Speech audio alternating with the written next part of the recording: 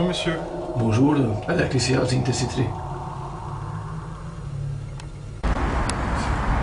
Je souhaiterais vraiment que vous veniez. Vous n'avez rien à perdre. Et je suis sûre que nous pouvons vous aider. C'est vrai. J'ai rien à perdre. Donc c'est parfait. Je vous donne ma carte et vous pouvez me donner un numéro où je peux vous joindre pour vous rappeler de venir.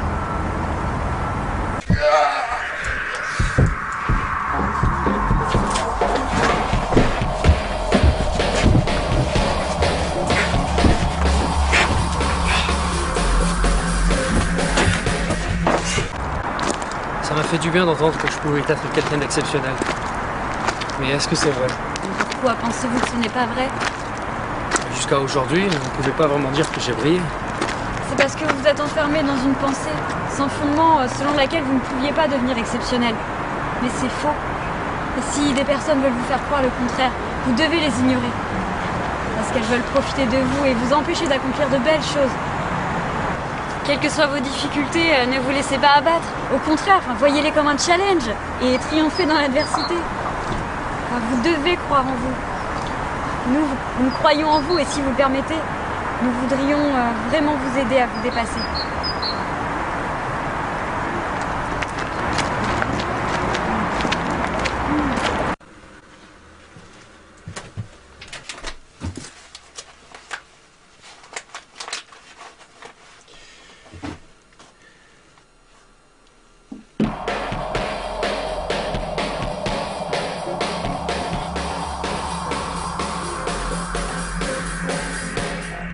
Cette journée avait commencé comme un jour ordinaire. Chaque membre de l'équipe vaquait à différentes occupations. Je profitais de l'aube pour façonner un chapitre de mon nouveau livre, tandis que Reed finissait de lire un chapitre du roman qu'il avait récemment trouvé. Au bureau, Gigi et Garcia étaient sur le point de s'investir dans un nouveau projet. Elle est tout le temps plongée dans ses dossiers quand elle est pas sur le terrain. Mais il lui faut un mec, hein. Gigi, tu connaîtrais pas quelqu'un? Je crois pas que ce soit une bonne idée. Non mais je t'en prie, on n'attend pas d'elle qu'elle se marie sur le champ, mais juste qu'elle prenne un peu de bon temps quoi. Si ça continue, elle passe sa vie au bureau, elle va finir par sortir avec sa plaque, son arme ou son tas de dossiers poussiéreux.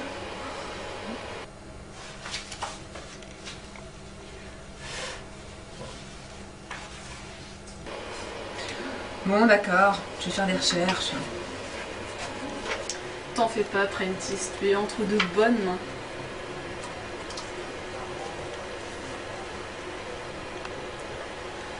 FBI Sciences du comportement, bonjour.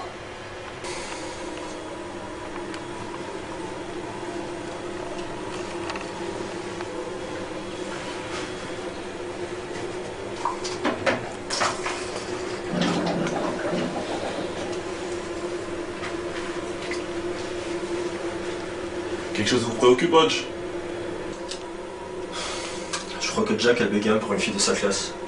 La semaine dernière, il m'a demandé comment savoir si une fille aimait bien un garçon. Et ce matin, il est parti à l'école en chemise-cravate. C'est si charmant. Pas du tout, il est bien trop jeune. Ça arrive à tous les garçons de son âge. C'est adorable. Megan Ryder, j'avais 7 ans. Elle était si belle. Vous vous inquiéterez plus quand Jack aura 15 ans et qu'il commencera à s'intéresser à des femmes pour autre chose. Je ne suis pas au bout de mes peines. Et qui est devenue cette Megan Ryder? Malheureusement, elle préférait Steve Austin. Cette journée avait commencé comme un jour ordinaire. Chaque membre de l'équipe vaquait à différentes occupations, avant d'être appelé en salle de briefing pour une nouvelle affaire sur laquelle la police de Washington souhaitait un avis. 3 victimes. Michel Kellerman, employé de mairie. Samuel Hayes, broker. Et Andrew Peters, agent de sécurité. Tous retrouvés assassinés par strangulation ces 3 dernières semaines. Andrew Peters n'était pas mort sans se défendre avec hargne. Le tueur avait coupé les 2 mains des victimes avec leur couteau de cuisine, et il avait écrit au feutre rouge sur le sol à côté des corps les mots « agent du diable ». Il avait placé des mains sous l'inscription. Le tueur cherchait à punir les victimes pour avoir été les instruments de quelqu'un ou quelque chose qu'il considérait comme maléfique. Autre détail, les victimes vivaient seules et il n'y avait aucun signe d'effraction. Soit les victimes connaissaient le tueur, soit il s'était présenté comme un postier ou électricien, pour gagner leur confiance. Et maintenant, le lieutenant Kraft de la police nous signalait une nouvelle victime. Rebecca Tomlin. C'est ainsi qu'avait commencé cette affaire qui allait changer beaucoup de choses.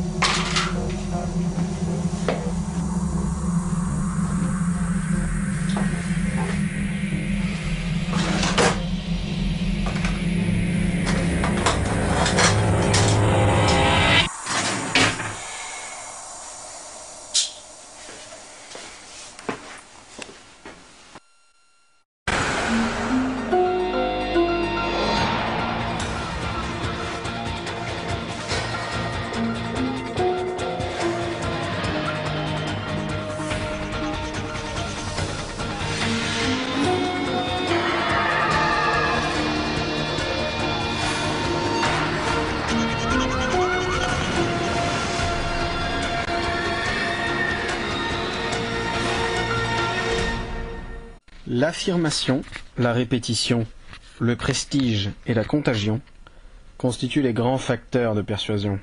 Mais leurs effets dépendent de celui qui les emploie. Gustave Le Bon. Alors la victime s'appelait Rebecca Tomlin, 35 ans, ici, elle vivait seule comme les autres. Le tueur lui a coupé les mains et écrit « Agent du diable » à côté du corps. C'est le même mode opératoire, sauf pour l'arme du crime. Le tueur a utilisé un couteau. En effet, le tueur a porté son propre couteau. Un seul coup a suffi dans la poitrine. À quand remonte le décès?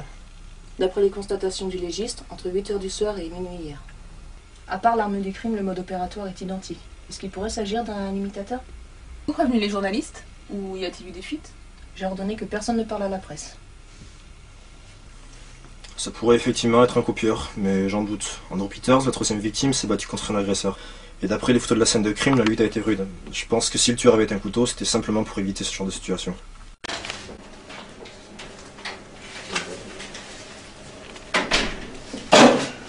On vient de parler au médecin légiste. Le suspect est à exclure du milieu médical. Les incisions au poignet étaient loin d'être précises, ce qui rallonge notre liste de suspects, à condition bien sûr d'en avoir une. Garcia, tu as trouvé un lien entre les victimes? Elles venaient toutes de milieux socio-économiques différents, de quartiers différents. Pas de restaurant, club, lieu de culte, employeurs en commun pour l'instant, à part le fait qu'elles étaient toutes célibataires.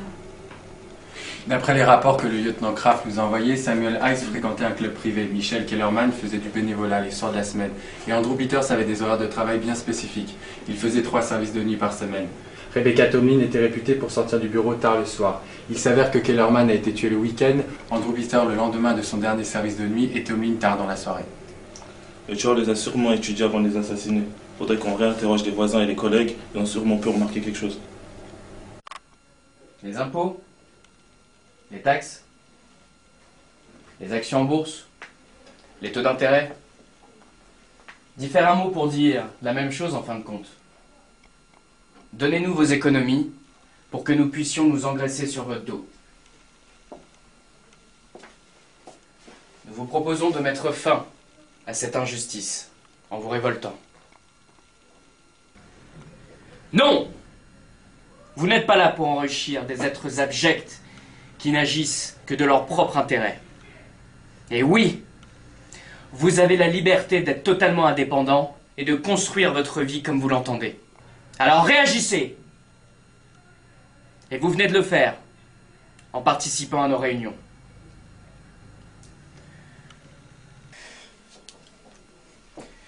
Sachez que vous n'êtes pas seuls, mes amis. Notre association veut lutter avec vous et pour vous. Ensemble, nous pouvons faire de grandes choses. Rassemblons nos forces, mes chers amis. Mais pour cela, rassemblons notre argent. Le système vole notre argent. Alors rassemblons-le pour le protéger et nous protéger.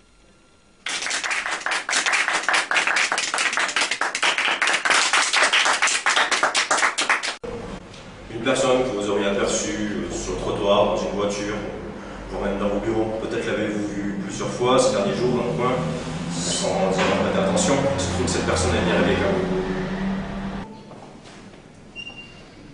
Je ne sais pas si ça peut vous aider, mais il y a 3 ou 4 jours, j'avais travaillé tard et j'avais proposé à Rebecca de boire un verre. En sortant de l'immeuble, j'ai vu un type dans sa voiture. Il me semble avoir revu le lendemain. En y repensant, il avait l'air bizarre, mais ça ne m'avait pas interpellé plus que cela. Seriez-vous capable de l'écrire pour un porte-à-robot? Je peux essayer. Ça nous aiderait beaucoup. Je suis tellement content de te revoir enfin. J'ai tellement de choses à te raconter. Moi aussi. J'ai eu pas mal de changements agréables dans ma vie récemment. Et je voulais t'en faire profiter. Mais pourquoi refuser les bonnes choses? Allez, qu'est-ce que je te sers?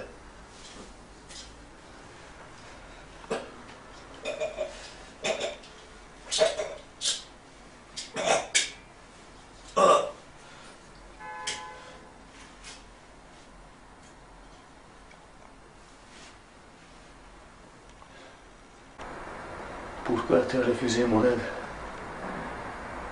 C'était pourtant bien.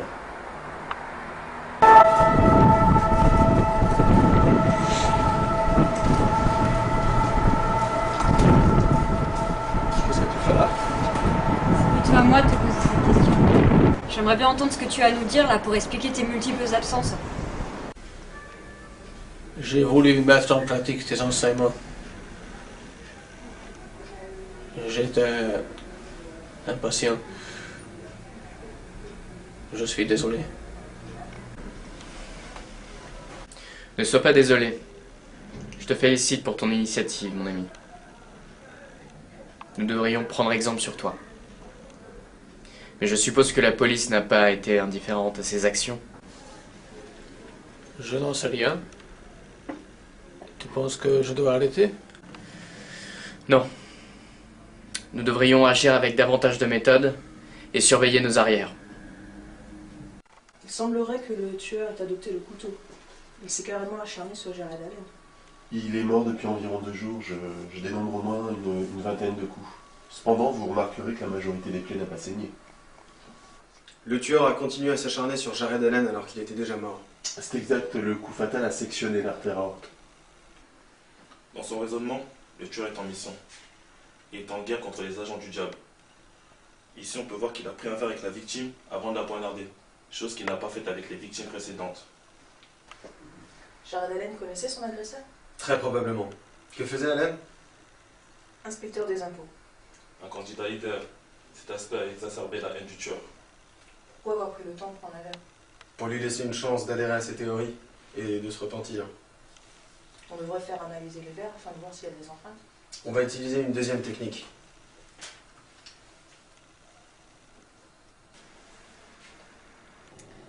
Penelope Garcia à votre entière disposition, monsieur. Garcia, j'ai besoin que tu étudies les appels de Jared Allen ainsi que ses connaissances pour voir si l'une d'entre elles correspondrait au portrait robot que le collègue de Tomlin a fait. C'est comme si c'était fait.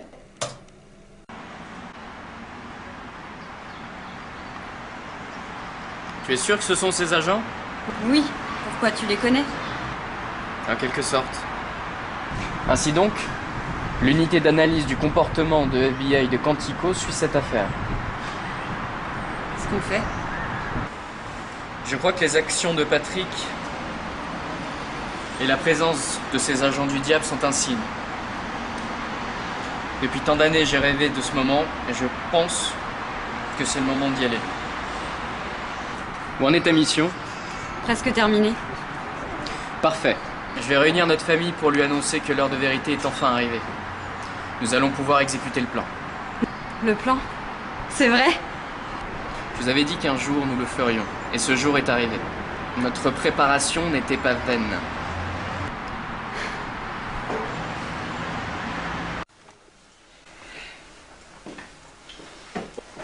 Aussi, j'ai trouvé un homme sur plusieurs photos, soirées, fêtes d'anniversaire et autres. Il ressemble à la description que le collègue de Tomlin nous a communiquée. Je pense qu'un aîné de notre suspect était très proche. Vas-y Garcia, on t'écoute. Alors que je m'attendais à une longue recherche ponctuée de fausses joies et de jurons pour tous les retours négatifs, j'ai été surprise par la rapidité à laquelle cette recherche a abouti. Ce serait bien si tous les tueurs en série nous laissaient plus d'indices pour les trouver, parce que vous n'imaginez pas à quel point effectuer des recherches peut exténuer... Garcia, s'il te plaît. Oh oui, pardon. Je vais commencer par vérifier les appels de Jared Allen. Et un numéro a retenu en particulier mon attention, celui de Patrick Bradford, webmaster, et qui, ô magie, correspond à 100% au portrait robot. Il a appelé Allen 5 fois ces derniers mois. Je vous ai déjà envoyé son adresse. Autre détail qui vous intéressera, Bradford a des antécédents psychiatriques. Ce qui en fait une cible idéale pour une secte. Merci Garcia. Tes neurones ont gagné le droit de se reposer. Mes neurones et moi, nous vous sommes reconnaissants, monsieur.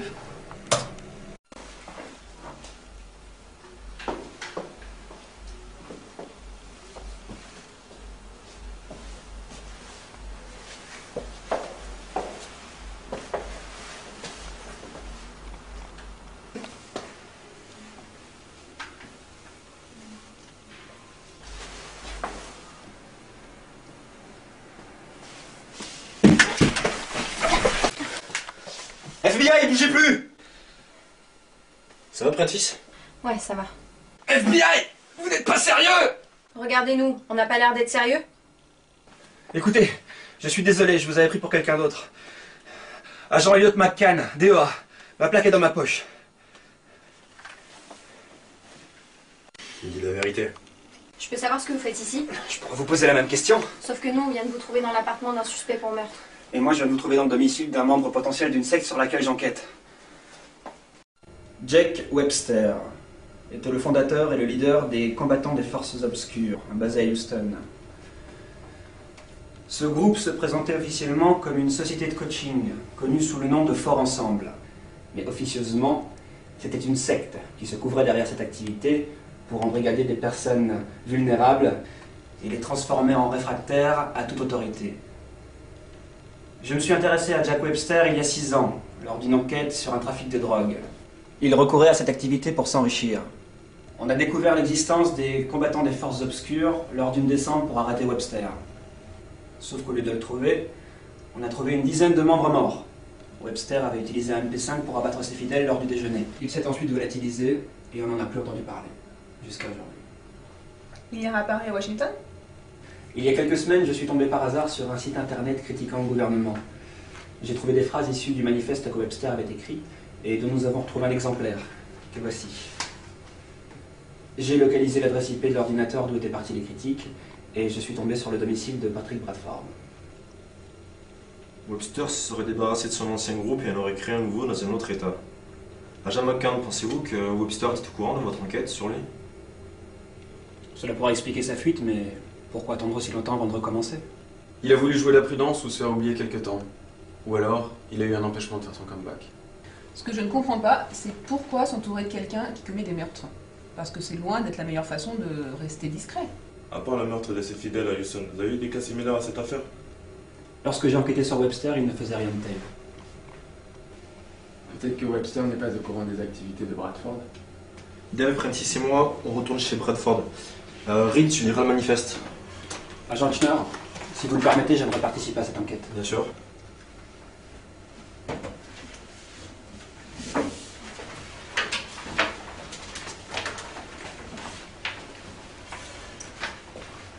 Je n'aimerais pas être à la place de celui qui osera vous importuner. Vous frappez fort. Encore désolé pour cette agression. C'est moi qui ai commencé, je n'ai eu que ce que je méritais. Vous ne deviez pas savoir que nous étions du FBI. Et vous que j'étais de la DEA. Au fait, est-ce que vous avez une machine à café quelque part? Je vous accompagne. Merci.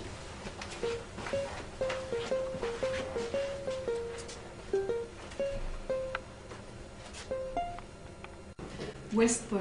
5 ans chez les Rangers avant de rejoindre la DEA et de passer réserviste. Jamais marié, tout à fait son genre. Ce cow-boy est parfait.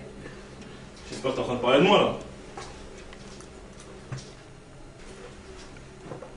Morgane, mon bel Apollon, tu sais bien que tu es plus que parfait pour moi. Car c'est mon bébé d'amour, tu sais à quel point je t'aime. Non, plus sérieusement, vous étiez en train de parler de qui là? Un truc de fille. Mais encore? Morgane, un truc de fille, par définition, ne concerne que les filles. Et à ce que je sache, tu n'en es pas une. Désolé mon chou, mais les filles ont des secrets qui résisteront à ta soif de connaissances sur notre monde à la fois excitant et passionnant. Je viens de lire le manifeste de Jack Webster. Je sais comment le tueur a choisi ses cibles et sa signature. Jack Webster s'oppose à tout environnement régi par des règles. Pour lui, elles empêchent l'être humain de s'épanouir en l'emprisonnant dans un monde obscur et malsain où règne opportunisme, complot pour l'affaiblir, l'aligner, profiter de lui. Toutes personnes travaillant pour une institution autoritaire sont les garants de cet ordre. Pour mettre fin à cette hiérarchie, les citoyens doivent se réunir en communauté pour lutter contre le joug des agents du diable et mener la guerre. Webster a dressé une liste de ces agents du diable. Toutes les victimes exercent une profession incluse dans cette liste. Par contre, je n'ai rien trouvé concernant le découpage de mains dans le manifeste. Donc Bradford s'est décidé à mettre en pratique ses théories. Il en a ajouté une touche personnelle. Il faut l'arrêter avant qu'il finisse sa liste. Je vais prévenir Hodge.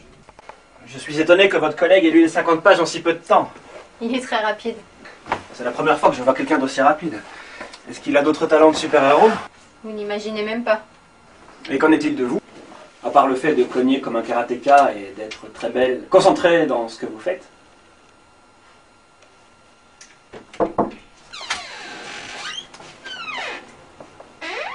Vous avez trouvé quelque chose? Non, pas encore. Ah, pardon, j'ai parlé trop vite. Il y en a des dizaines dans le tiroir. Le trafic de drogue faisait partie des activités de Webster pour contrer les agents du diable. Et Webster utilisait le domicile de ses disciples comme planque. On a peut-être une piste pour localiser le nouveau quartier général de Webster. J'ai trouvé une carte de visite. Apparemment une société de coaching qui s'appellerait Au Top. On dirait que Webster s'est relancé dans le business.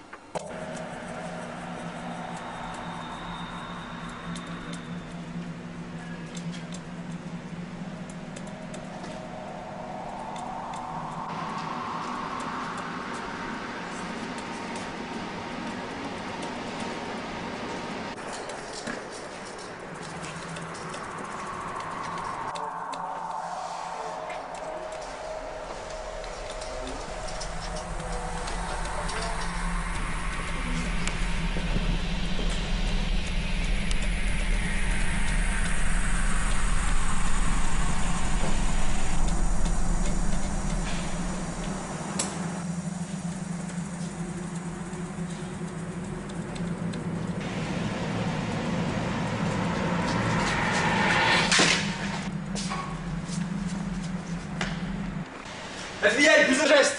Non, vous, plus un geste, toi, elle est morte. De toute façon, les deux et vous, vous êtes seuls. Plus maintenant. Rendez-vous. Tout ira bien. Je vous rappelle que je peux tuer votre collègue. Alors vous n'êtes pas en mesure de négocier. Il y a 3 hommes braqués sur vous et votre ami Patrick à cet instant. Vous voulez vraiment courir le risque? Et vous? Vous voulez vraiment que je la liquide? Je crois pas, non? Ah, tiens, Lydie! La ferme! Joanna, qu'est-ce qu'on fait?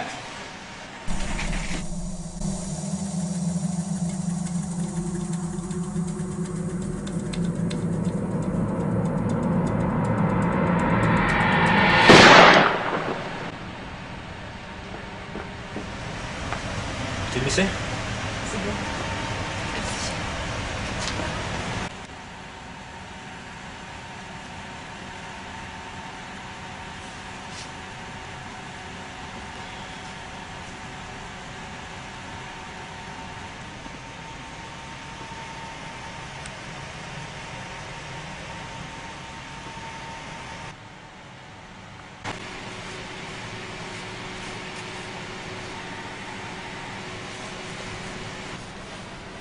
Et tout va bien, Gigi? Oui. C'est assez désagréable de se retrouver prise en otage. Et je me sens encore plus stupide étant donné que je me suis fait surprendre par une personne qui n'avait pas d'arme. Comment tu pourrais être stupide alors que t'as eu le réflexe de frapper Costello et de te jeter à terre? C'était risqué. T'es toujours en vie? Pendant que les autres fouillaient le repère de Webster, Hodge et Morgan interrogeaient Patrick Bradford à Quantico, mais ce dernier entra dans un profond mutisme.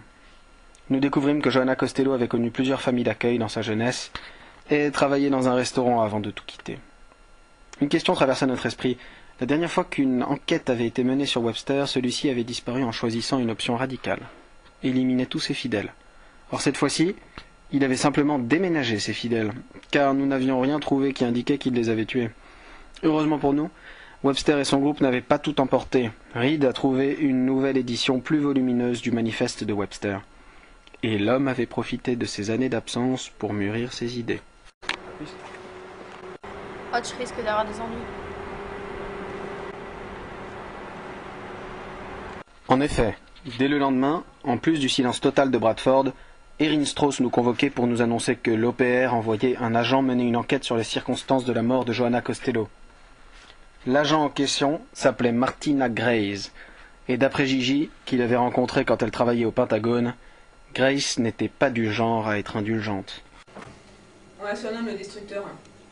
Il y a 2 ans, elle a fait une enquête sur 5 agents qui travaillaient ensemble depuis 6 ans. Paraît-il qu'il ne les adresse plus la parole depuis.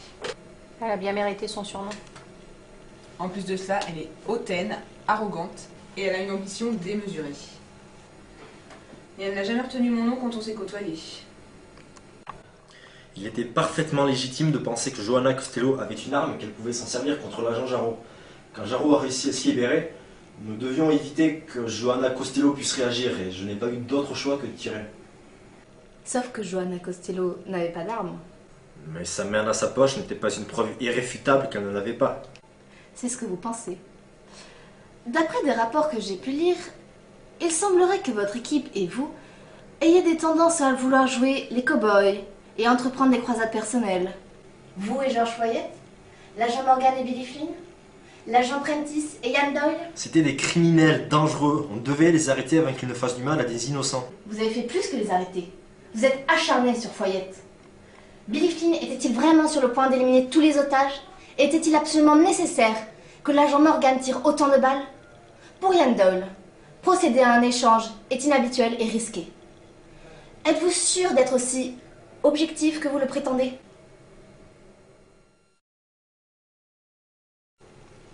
Grace t'a retiré de l'affaire?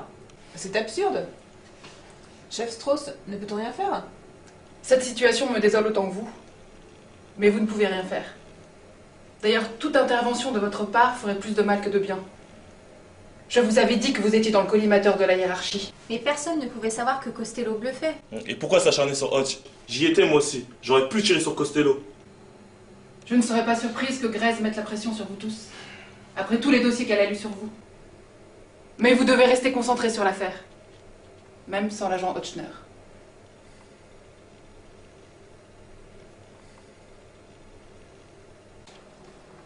Personne ne peut rester éternellement à la même place. L'agent Hodgner a besoin de souffler après toutes ces années, avant de commettre une erreur aux conséquences lourdes. Il faut savoir accepter le changement. Des personnes très compétentes doivent avoir l'opportunité de partager leur expérience, sans se soucier de l'opinion des autres, qui ne sont que pure jalousie. Vous êtes brillante. Vous avez servi dans des unités d'élite. Ne me dites pas que vous n'avez jamais rêvé de diriger votre propre équipe. C'est vrai que ça pourrait être intéressant. Absolument. Il faut pousser le destin. Et je veux vous aider.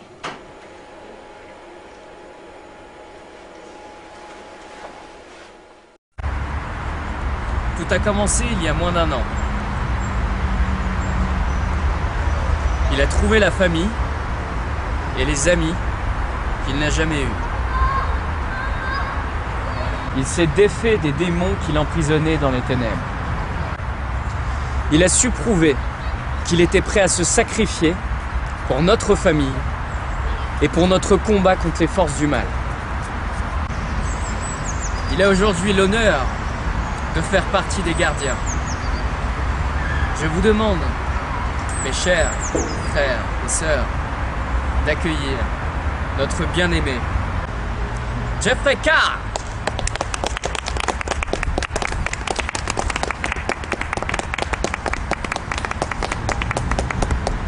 Je suis très fier des progrès que tu as accomplis, Jeffrey. Et pour cela, et te remercier, je t'offre la main d'Hélène. D'après ce que j'ai pu comprendre, vous vous plaisez. Alors pourquoi attendre, mon frère? Je te remercie infiniment. Je suis extrêmement fier d'être l'un de tes frères.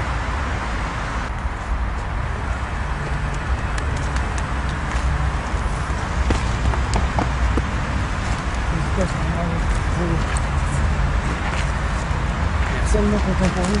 Bravo.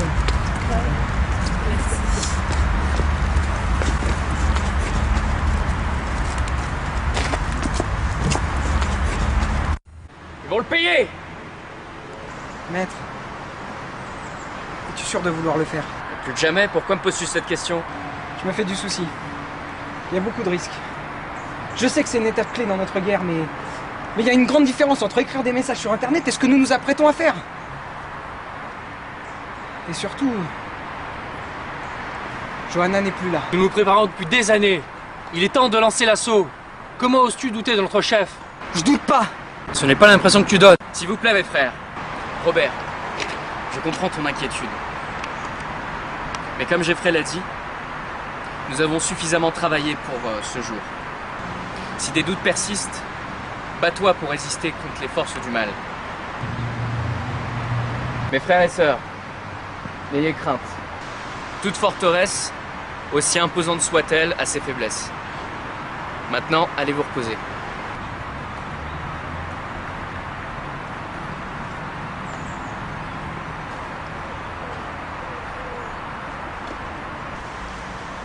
Jeffrey, reste s'il te plaît.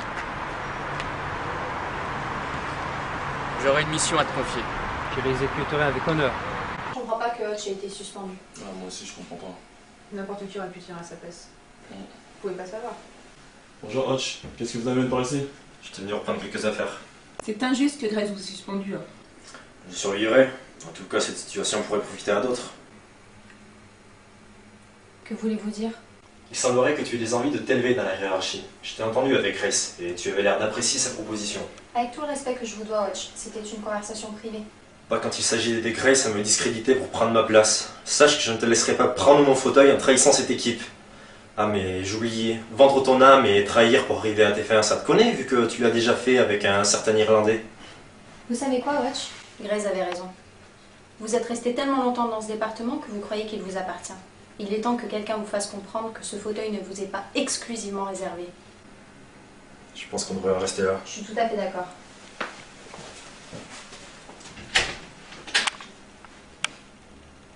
Waouh, c'était violent.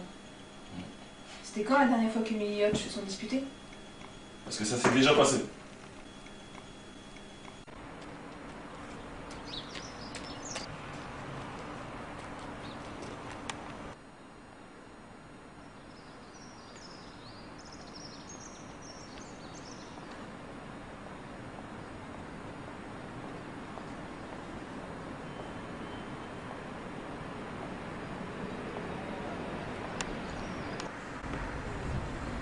Agent Schner? Tu demandes? Je m'appelle Robert. J'ai pas beaucoup de temps. Je suis venu vous prévenir au sujet de l'affaire sur laquelle vous travaillez. Pardonnez-moi, mais je me rappelle pas vous avoir côtoyé pendant cette affaire. C'est le cas. Écoutez, c'est une longue histoire. Vous êtes en danger. Il veut votre mort. Il a dit qu'il le ferait. Je suis pas censé vous parler.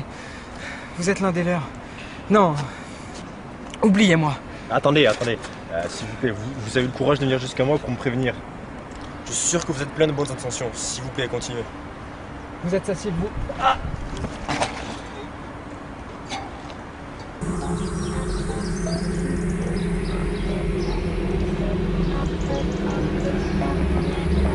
C'est moi. Le problème au Garan est réglé. Hutch, j'ai fait aussi vite que j'ai pu. Les autres sont coincés au bureau entre l'agent Grace et d'autres agents sollicitant une aide. Mais vous, ça va? Ça va. Par contre, on peut pas en dire autant de lui, ce Robert O'Garan. J'ai demandé à Garcia de faire une recherche sur lui. Que voulait-il? Il voulait me prévenir d'un danger, mais on l'en a empêché.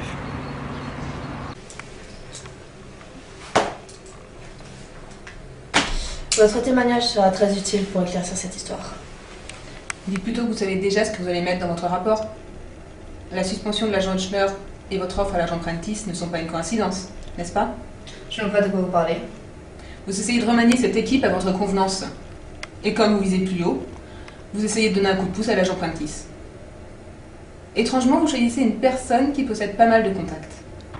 Je ne comprends pas pourquoi Jeb Wester voudrait vous assassiner. Vous n'êtes même plus sur l'enquête. Agent Schner, ces photos pourraient vous intéresser. dirait les plans d'un bâtiment. D'après la date, elles ont été prises hier. Dans son manifeste, Jack Webster a parlé d'une lutte finale contre les agents du diable. Il faisait référence à un attentat. C'est étrange, il s'est toujours contenté de brochures, sites internet, trafic de stupéfiants. Il a tout de même tué tous ses disciples. Garcia? Non, monsieur, c'est Émilie. Pénélope n'est pas là. Elle a laissé des informations sur son bureau concernant Robert O'Garan. Alors, il est porté disparu depuis 2 ans et il a refait surface aujourd'hui. La police avait classé l'affaire à cause de l'absence d'indices. Enfin, le seul indice que la police avait pu trouver était les retraits précipités d'argent par O'Garan avant qu'il ne se volatilise dans la nature. Les sectes sont un gouffre financier pour ceux qui les rejoignent. La vie d'O'Garan. Il était ouvrier dans une usine de textile à Baltimore, mais a perdu son travail et s'est retrouvé dans une longue période de chômage pendant laquelle sa femme l'a quitté. Plusieurs mois plus tard, il disparaissait. Webster a su profiter de sa détresse. Allons, Patrick. Je suis l'un de ces agents du diable. Vous devriez me dire tout le mal que vous pensez de nous. Et même m'attaquer. Comme vous l'avez fait avec Kellerman, Ace, Peters, Tomlin et Allen.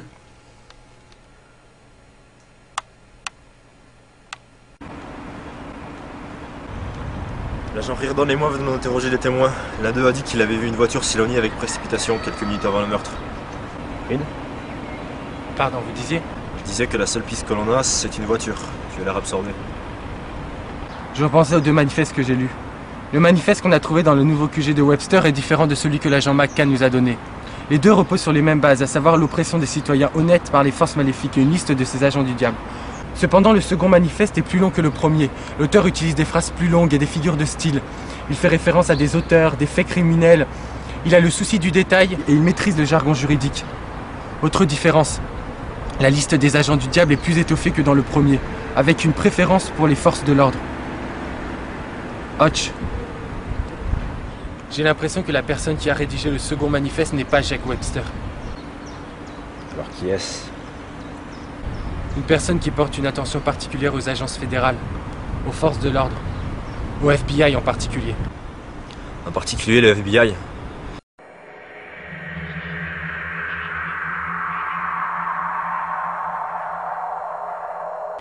Vous savez pourquoi le FBI vous a engagé? Pas pour vos compétences, mais parce qu'ils avaient besoin d'un joli visage à mettre devant la caméra. Ça passe mieux. Maintenant, vous m'excuserez, j'ai un rapport à rédiger. Vous n'avez pas changé. Vous savez quoi? Allez vous faire voir, Grace. Oui, pardon? Au moins moi, je n'ai pas au point des stratégies pour servir mon ambition au détriment d'autres qui seraient plus qualifiés pour les postes que je vise. Je ne sais pas pourquoi vous vous acharnez sur notre équipe, mais sachez que je ne me laisserai pas la détruire. Encore une croisade personnelle, ça ne me sonne guère. Sachez que j'en ai pas fini avec vous. Moi non plus. Et retenez bien mon nom cette fois. C'est Jarreau. J-A-R-E-A-U.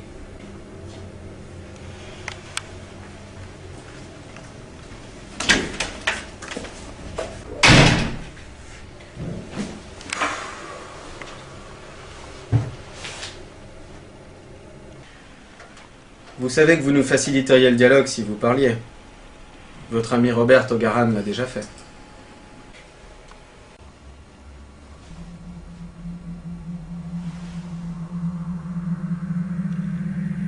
Je suis prêt.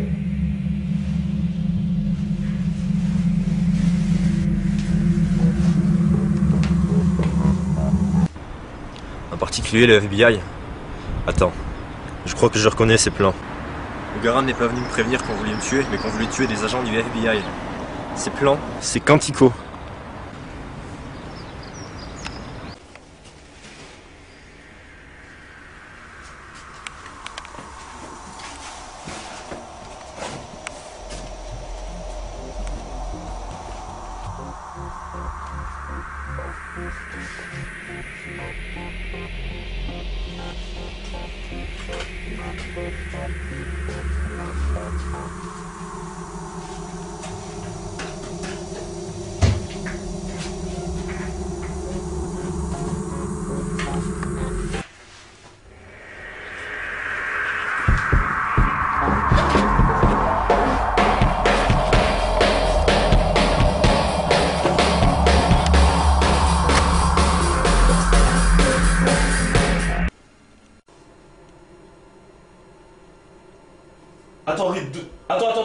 doucement, doucement, doucement, calme-toi.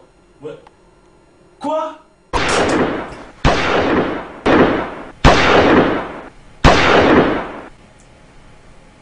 D'après Thomas Fuller, le moyen d'être sauf, c'est de ne pas se croire en sécurité. Qu'en pensez-vous, agent Lustig?